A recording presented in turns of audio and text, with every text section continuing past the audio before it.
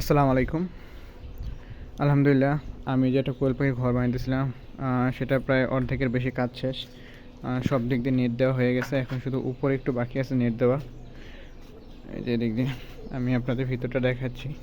এই যে এটা নিচে হচ্ছে টিন, এটা হচ্ছে আমাদের একটা কাঠের আলমারি ছিল পুরান, ওইটাকে আমি উল্টো করে দিয়ে তারপর এটার ভিতরে খাঁচাটা তৈরি করছি। এখন শুধু উপরে নেটটা দিলেই কমপ্লিট হয়ে যাচ্ছে আমাদের ঘরটা। যেহেতু আমি কোয়েল পাখি লালন পালনের নতুন, তার জন্য হচ্ছে আমি ছোটো আকারে প্রথম শেখার জন্য কিছু কোয়েল পাখি পালবো, তার জন্য হচ্ছে এই ছোট্ট একটা ঘর তৈরি করছি।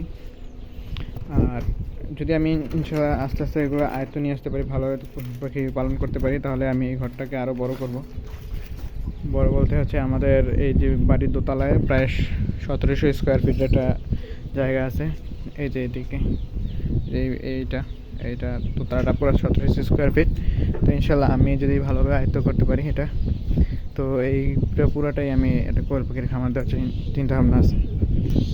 আর যারা কোয়েল পাখি লালন পালন করেন, অভিজ্ঞতা আছে ভাই, তো আমাদেরকে একটু হেল্প করেন যে আমার যে ঘরটা তৈরি করছি কোয়েল পাখির জন্য, এটা ঠিক আছে কিনা, আর এই ঘরটাতে কয়টা কোয়েল পাখি পালা যাবে। আমি প্রথম অবস্থা 40টা কোয়েল পাখিতে শুরু করতে চাচ্ছি, যে 40টা যে লালন পালন করতে পারি, এগুলো সবগুলো মেনটেন করতে পারি, তাহলে আমি আস্তে আস্তে বড় করে করবো।